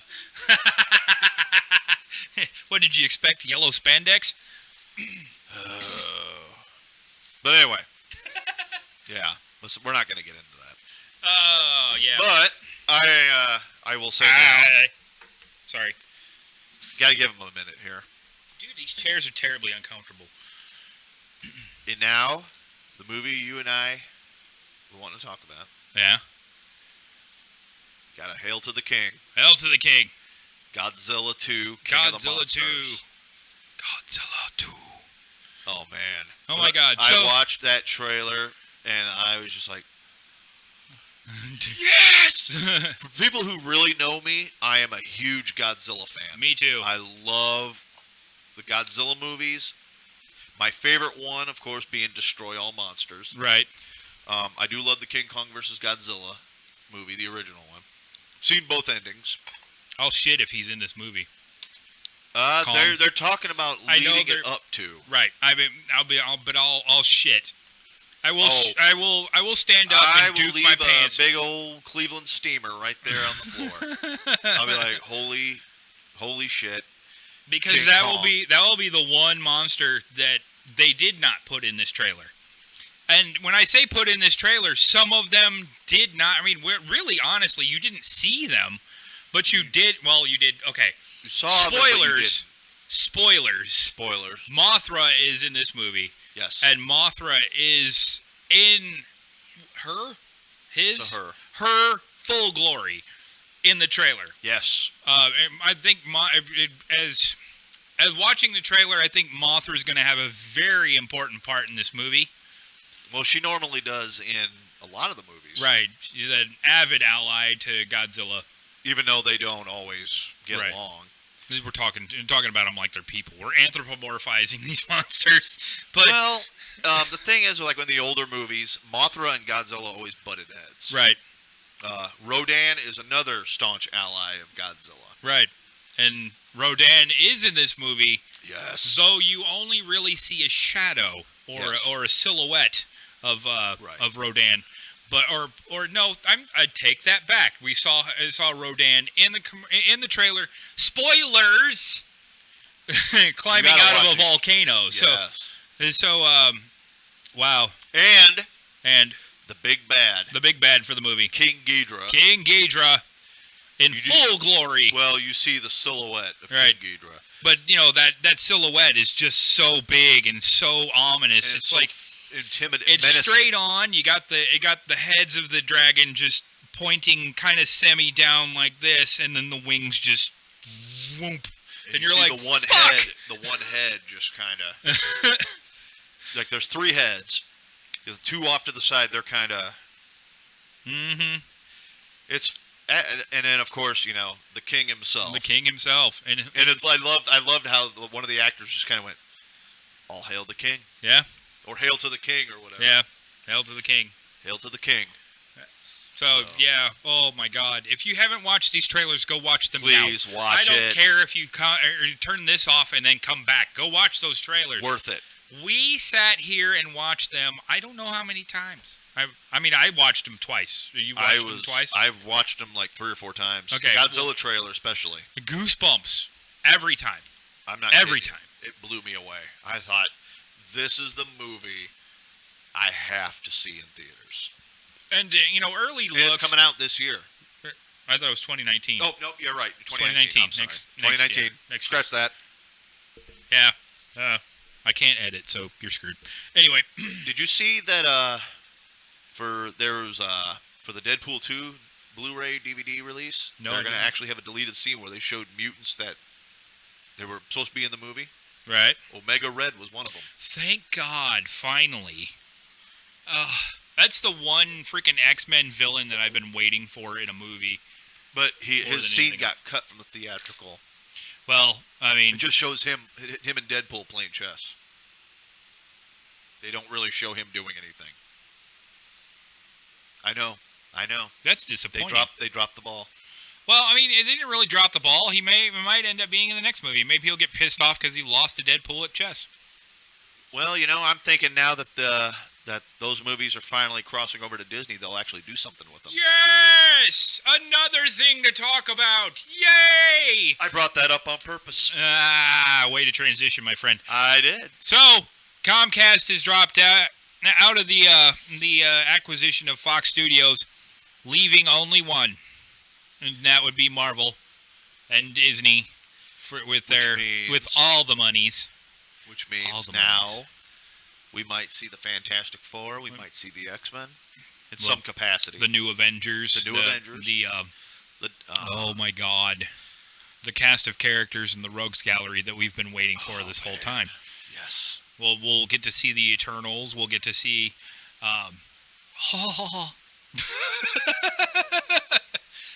Yeah, that's about where I'm at on that. Yeah. No. Hold on. Let me good. Text my good old, or our good old, I should say our good old friend, Rick Lebo, see if he's gonna call in.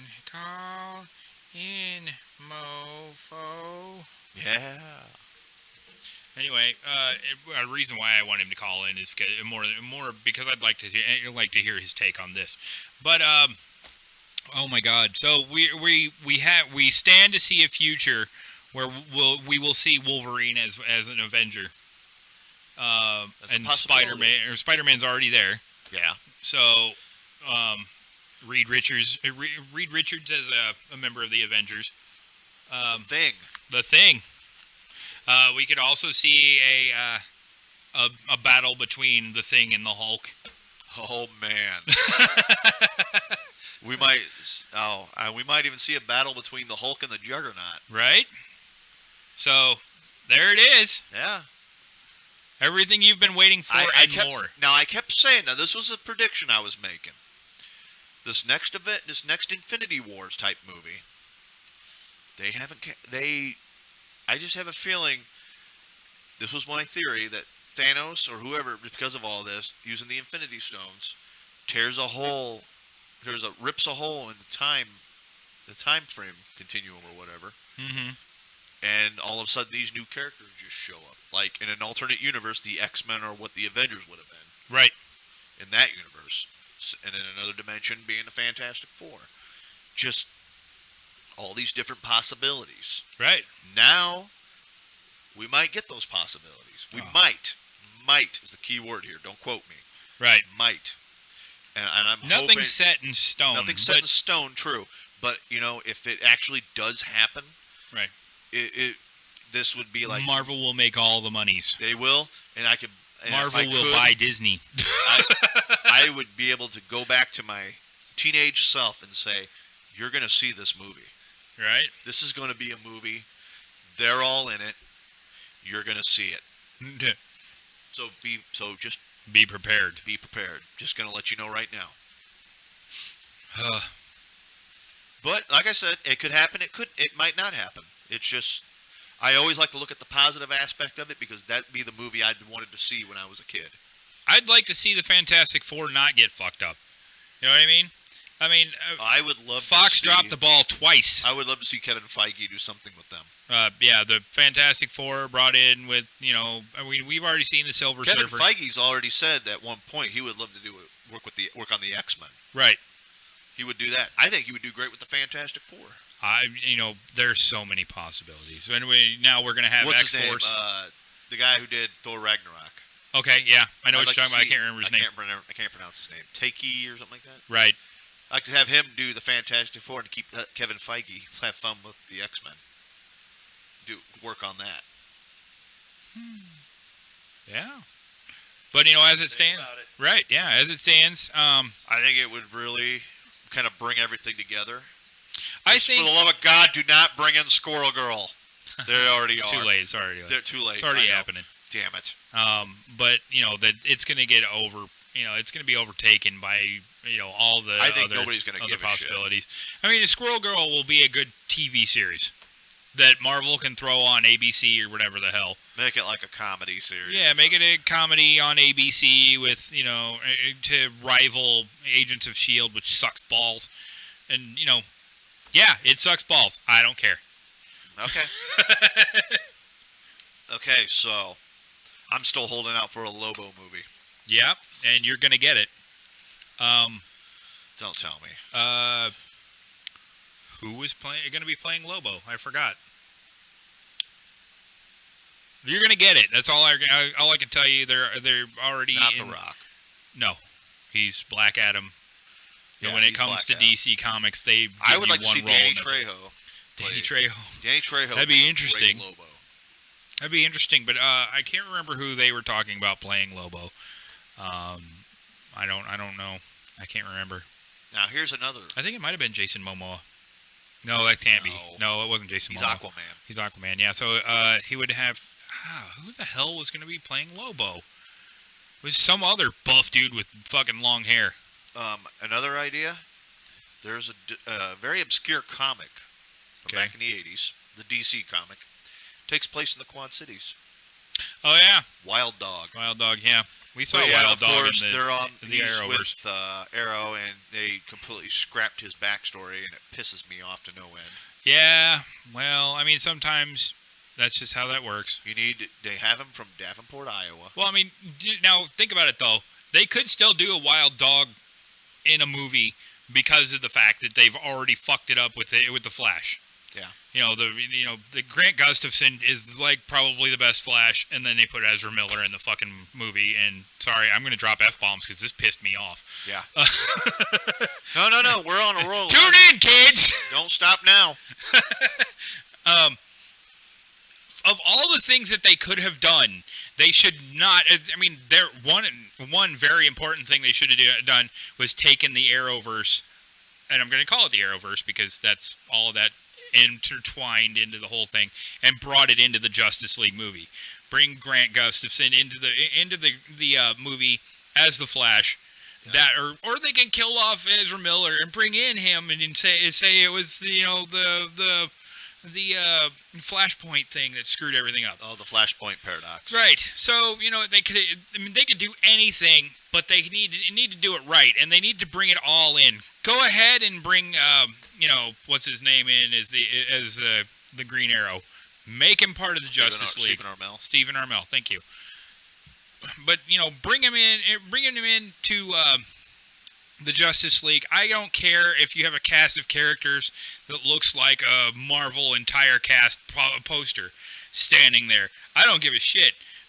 Get your. I mean, the Justice League has always had a large cast because it's like a big revolving door. Right, and you're talking, Hawk Girl, Hawkman, Blue Beetle, Martian Manhunter, the Green Lantern, both of them. Yep. John Stewart and Hal Jordan. Right, and you've had the Flash, you've had Barry Allen and Wally West. Right. So I mean, they have a large cast of characters to bring into this movie, and they drop the ball with Ezra Miller. Yes. And they drop the ball with the Flash's character altogether. That armored suit looks ridiculous. Yeah. But it is what it is. Yep. So I think that what we should do now. Yeah. The Loot Crate. Loot Crate. What do we say? Yeah, I guess we should do the Loot Crate. I think so. Especially since we're at 8:30. We've just been talking the whole time. I love it when we have shows that with no dead air. Yeah. So, we're just talking. Right? So, ladies and gentlemen, the Loot Crate. If you do not have a Loot Crate or you are not a Loot Crate subscriber, what Loot Crate is, it's a subscription box that you get once a month, and you can get, it gives you collectibles and t-shirts and whatever comes with the whole thing. I'm sorry, my mouth is getting dry. But it comes with collectibles, t-shirts. Every once in a while, you get a Loot pin. You get, and now they're featuring free comic from comics.com. Three free digital comics every month from comics.com. That's COMIX.com. Oh, or Comixology. I'm Comixology, sorry. That's yeah. what I was thinking.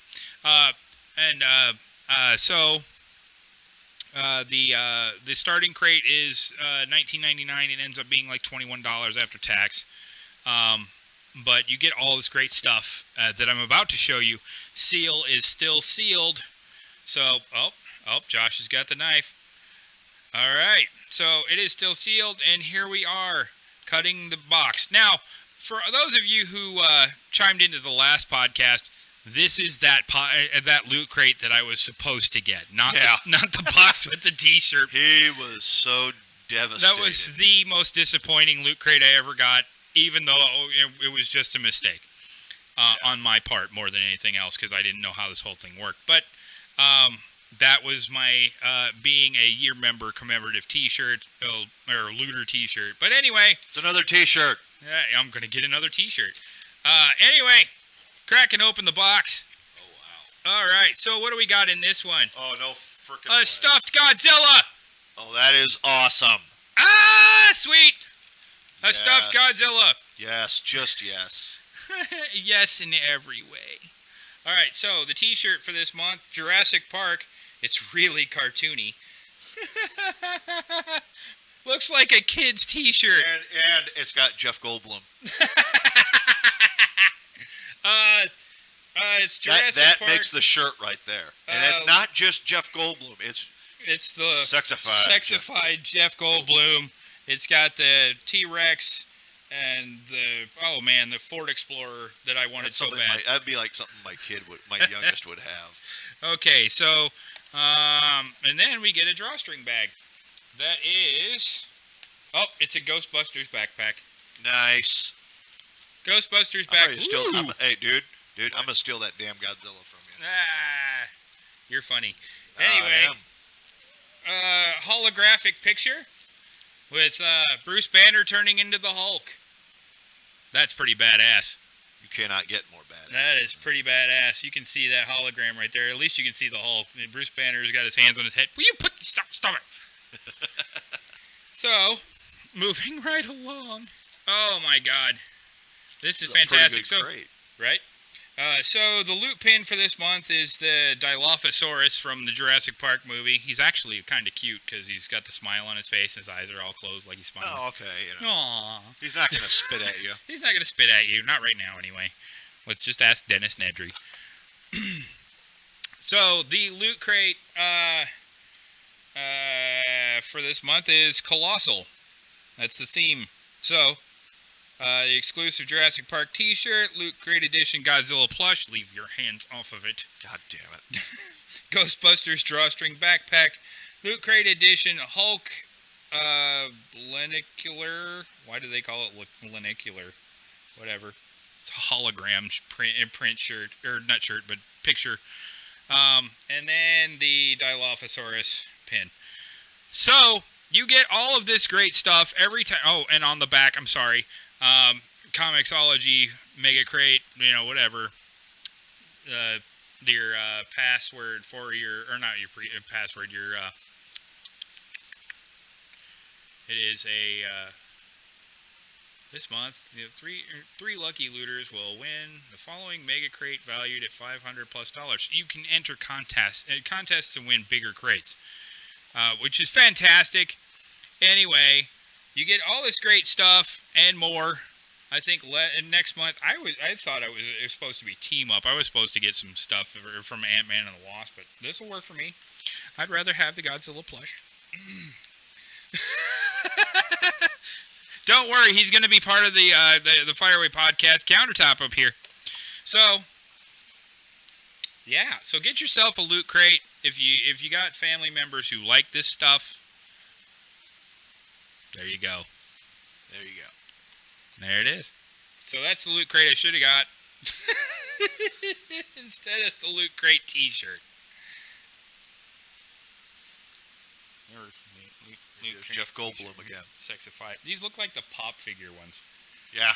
Anyway, so that's what we got here, and we're gonna add Godzilla to our Fireaway Podcast countertop. That's your Loot Crate unboxing.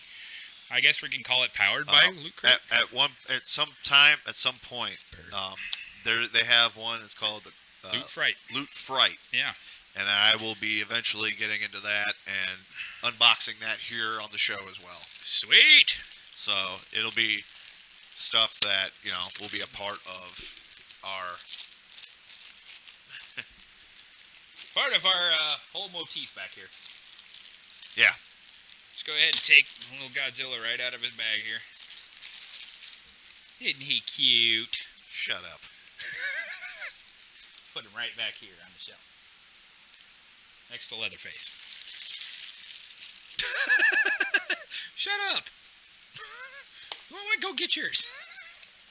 Oh, speaking of such, you can also, if you are a Loot Crate subscriber, you can go into the Loot Crate shop and get, if they have leftover stuff, they can put it in the Loot Crate shop and you can pick that stuff up. Yeah. So you can do all that and you can enjoy a Loot Crate of your own. Go to lootcrate.com and pick up your Loot Crate or subscribe to your Loot Crate and get yourself an awesome Loot Crate because every month a bunch of just fucking fun stuff. There's other crates that I've been looking at. The one called Don't Eat the Gum. Interesting.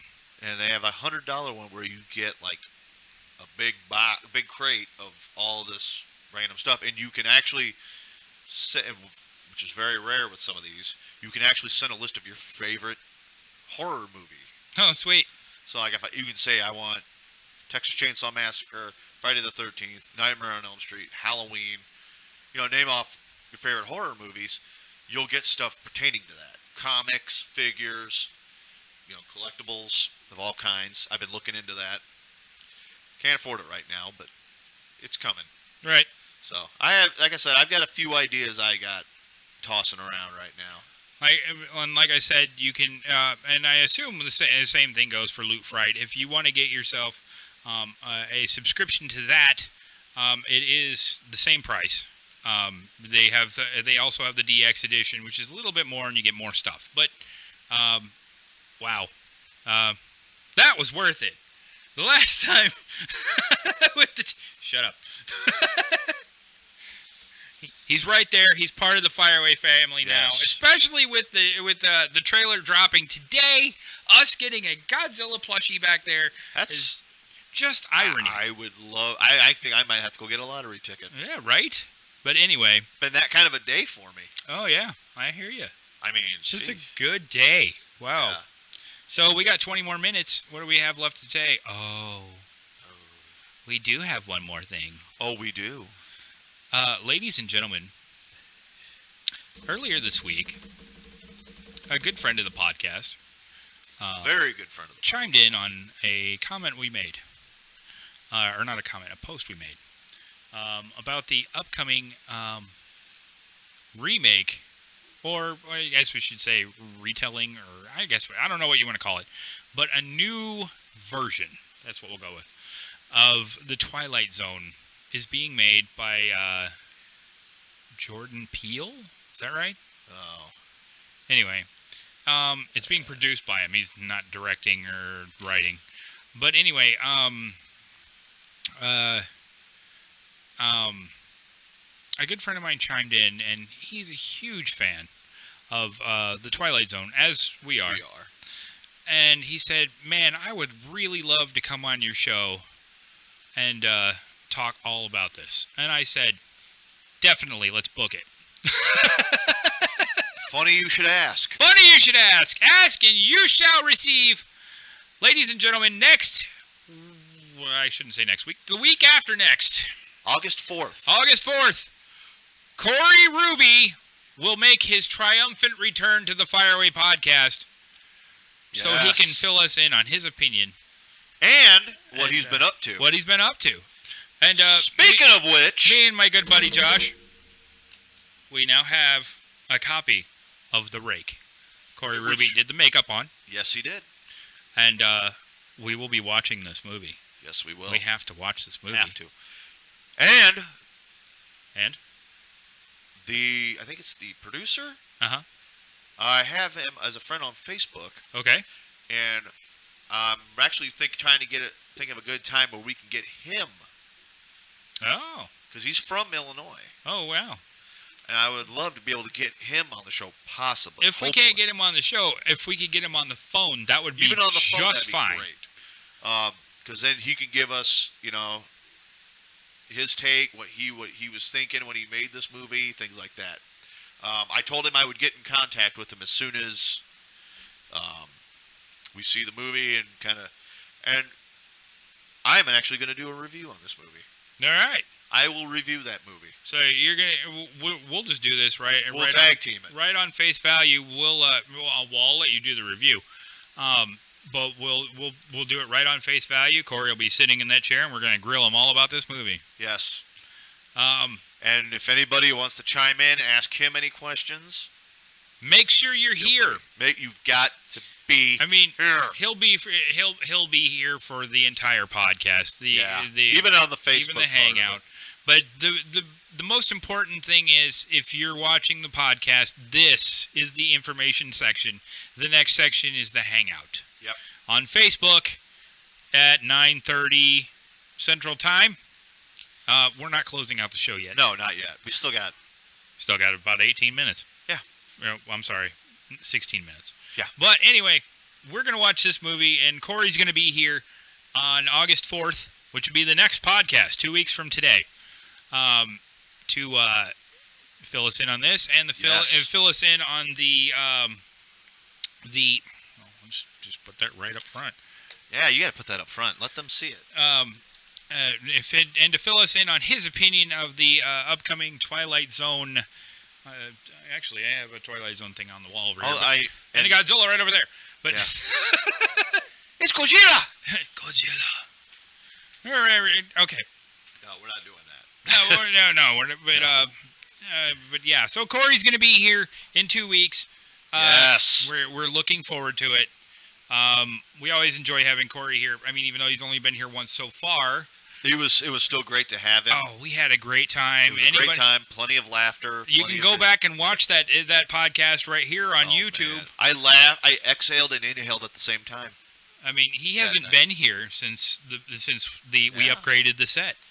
That was like I said though. That night. That was the first. I was laughing so hard I inhaled and exhaled at the same time. Ouch. I just kind of stopped for a minute. I'm like, that sounds painful. What just happened? I had to stop for a minute. I'm like, holy shit! I never thought that was humanly possible. Right. And it did. I was like,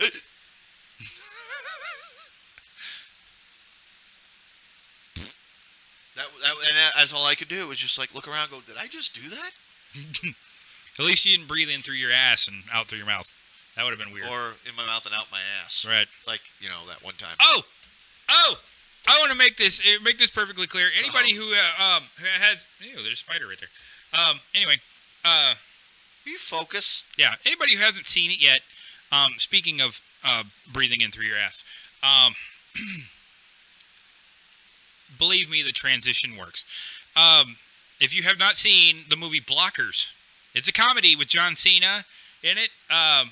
Is he in it though? Cause but anyway, you went there. Yeah, anyway, I did. It's a comedy with John Cena in it. If you haven't seen it, watch it. It's hilarious. There's a scene. The reason why I mentioned the inhale through your butt. He butt chugs beer in the movie. Hilarious part. Spoilers. He's butt chugging this beer. And then all of a sudden, somebody yells "cops!" and he farts the beer back out in somebody's face through the beer bong. So it It is the greatest. I mean, it's not the greatest movie, but it is every bit worth the time watching it. It is. I mean, John Cena at his comedic best. Just for that scene. Yeah, I mean, it's worth watching just for that scene. It's like literally John Cena at his comedic best. He plays this like pussy whipped husband. There's a funny scene also. Spoilers. He's like he busts in on his daughter and her boyfriend about to have sex, and he's on top of his daughter, and he's like he busts through the door of their hotel room, and he's like, "Get off my daughter!" Picks him up and throws him through a fucking wall. And she's like, "Oh my God!" And he's like, "Oh, I'm sorry. Are you okay?" And the guy stands up and he's like, "Yeah, actually, I'm fine." So it's really a funny movie. He threw him through a wall. It's hilarious. He stands up. He's like, "I'm fine." Oh, actually, I'm good. Thank you. But yeah, no. Wow. Blockers. It's a funny movie. It's worth the time watching. Me and my wife were laughing at it hysterically. I'm gonna have to watch that. It's funny. It's really funny. So, anything else you got to talk about? We got 12 minutes. 12 minutes to the break. And then we're heading over to Facebook. Yeah. Hang out with you guys. Which most of you watch on Facebook. So, all of this podcast is for your viewing pleasure anytime you'd like. Right here on YouTube. Fireway Podcast. Also, follow Underground Geek on Instagram. That's the home of the Fireway Podcast on Instagram. And the Pole List Nerd and Forum. the Pole List Nerd Forum. We're working on a website, and then this will no longer be the Fireway Podcast. It'll be Underground Geek presents the Fireway Podcast. I like it. I do. Well, to be fair, we'll go ahead and talk about it a little bit, but we really should have Rick on here for some of it because he's doing the bulk of the handiwork. Yeah. But we're working on a website where we're going to give you your horror movie reviews, your comic book reviews, your comic book movie reviews, your collectibles. We're reaching out to you for everything that makes you geeky. Yes. Which includes, the WWE, which includes they video have a games. crate on Loot Crate. Yeah, they have a Loot Crate too. The Slam Crate, that's the name of it. Also, and that's a WWE themed crate from Loot Crate. But like I said, everything that makes you geeky, we are going to bring it to you. Probably links to stuff, but we're more than anything. Make sure you're going, once we get the website up, you go to the Underground Geek shop and get the Fireway merch, the Pole List merch. We're going to get there. It's getting there. He's doing the bulk of the legwork on this. I started it out, and between the two of us, we were like, okay. So he's completely, so far completely taken it over, but I'm still handing him pictures and all that stuff. So we're going to go into a new era for the Fireway Podcast and the new era for the Pole List Nerd Forum. And I think having I think we should. I know this is just kind of me throwing this out. I know you probably already talked about it. Having a shirt with the logo on the front and the three of us right on the back. Right. Doing something utterly ridiculous like we normally do. Right. That's just me, though. No, I totally agree. We're getting there. We are all going to bring you the best in everything we can possibly bring you. Totally. Which doesn't necessarily mean things like Godzilla over here. Will you stop rubbing that in my damn face? I'm going to kick you square in the fucking head. I'll tell you what. I have a face sucker in the house. You can have him. A what? A face sucker. It's a plushy face sucker from the Alien movie. Oh, okay. Fair enough. Okay. He's got a big smile on his face. It's kind of funny. It's cute. Oh, yeah. It's cute, just like Godzilla. Cool. I'll take it. But anyway, maybe eventually one of these days, right here on the podcast, we'll do a giveaway of some of this crap. Oh, definitely. We definitely need to do that at some point. We're eventually going to be like, okay, there's too much shit here. We need to get rid of some of it. All right, let's have a random contest here. Random contest, yeah.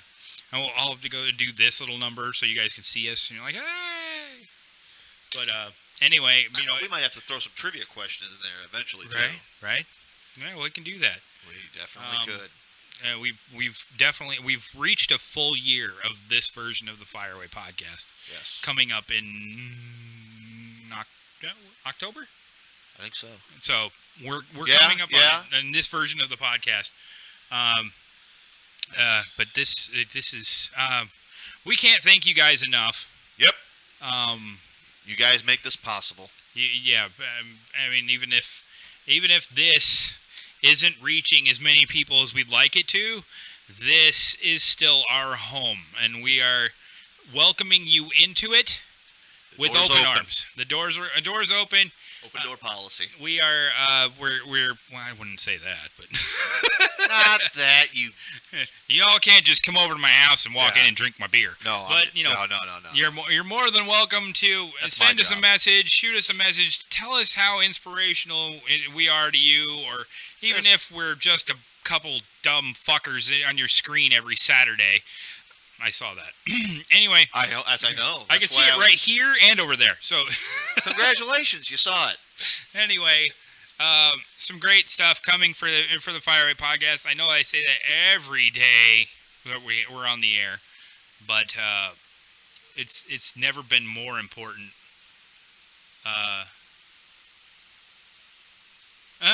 Okay, so Rick's not chiming in, but what's that?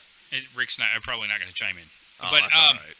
But it's never been more important for you to spread the links and subscribe to the channels, and go to Facebook and follow us on Facebook, and join the group. That's where the fun happens, because that's where we get to interact with you guys, and you guys can interact with each other. So, you know, you might find some fun, like-minded geeks out there you can enjoy hanging out with, or whatever. Whoever's in your area, or whatever the shit. Who cares? But whatever you want to do, you're more than welcome to do it there, within reason. Don't show your penis. We don't want to see your penis. Just saying. But anyway, good point. Yeah. So, go on over to that. Go on over to Facebook and follow the group. Follow us, and on, like I said, Instagram, follow us there. Twitter, follow us there. Every once in a while, I guess I'm the one predominantly working Twitter, but another thing, I've been saying this. If there's a movie you want me to review, please just put it on the page or on Facebook Messenger. In the group, he's got a pinned post. Yeah. And if there's a movie you want to see me just tear to shreds, by all means. We'll just have to do a rant series about movies. Oh, yes. That sounds like a great idea. We should do that. A rant series for bad movies. Yes. Bad movie rant series with Josh. Bad movie rants. I like it. There you go. We'll make it a thing. All right. So, because believe me, I've got a long list of those. So I won't get started on it because we're gonna have to leave like another 3 or 4 hours of the show just to cover that. Yeah. But we're not gonna do that. And we only got 5 more minutes of this show. Exactly. So. I guess that's it. I'm guessing so. That's kind of sad. I hate to see another Fireway podcast end. I do too. I thoroughly enjoy doing these. Parting is such sweet sorrow. It always is. There's always. I get a little Shakespearean every now and then. So I like Rick's idea. Grinds my gears. Hey, you know what really grinds my gears? Let's see here. Last week we ended the show with Behemoth. What do we want to end the show with? I don't know. Let's kind of make it a surprise. You want to end it with something really dumb? Yeah, why not? All right, so let's end this show with something really dumb. Let's do this. So we're going to end the show at this point because really we only have 4 more minutes, and I'm just going to repeat myself again. Make sure you follow us on YouTube. Make sure you you should subscribe to us on YouTube and click the bell, and then go to Facebook and follow us there. Go to the Facebook Fireaway group. Go there, so join that, and then go over to YouTube, or not YouTube, you're at YouTube. Go over to Twitter, and follow us on Twitter. Stop now. And the Underground Geek page on Instagram. So, Oh my God, I'm at off limits now. all of a sudden, but so that's another one, ladies and gentlemen. Another Fireaway podcast in the bag. Next podcast, Corey Ruby. I can't do Corey it. Ruby. It's not up there, Not up yet. but it'll be there. I'm gonna post a promo. Yep. Corey Ruby. It'll be up on Facebook, so everybody go to Facebook at 9:30. We'll be back, Yep. and so we're gonna take a little break, have a few beers, reflect on the podcast. There he is. Yeah, there he is. Not three, but three. Shut up, Rick. Shut up. Oh. So, What we're gonna have with that one? so Not three, but three. what? Dude, I was so excited. That's all I can say. There you go. So, That sounds amazing. in a half an hour, right? You're right back here, but on Facebook. Yes. Make sure you go on over. Not on Facebook, but Facebook. Fuck you. Anyway, I'm gonna drop another F-bomb to end the show. Anyway, go on over to Facebook. We'll see you at 9:30 Central Time, and we're gonna have a beer and have some laughs. This is where we get to spread our wings and enjoy just chilling. And we don't just spread our wings, but we spread our wings too. Never gonna hear the end of that. No, you're not. That's all right. I got the Godzilla plushie. And you, sir, can eat shit. All right, guys. I fucking We'll see you in half an hour. See ya. See ya. Stay geeky. Stay creepy.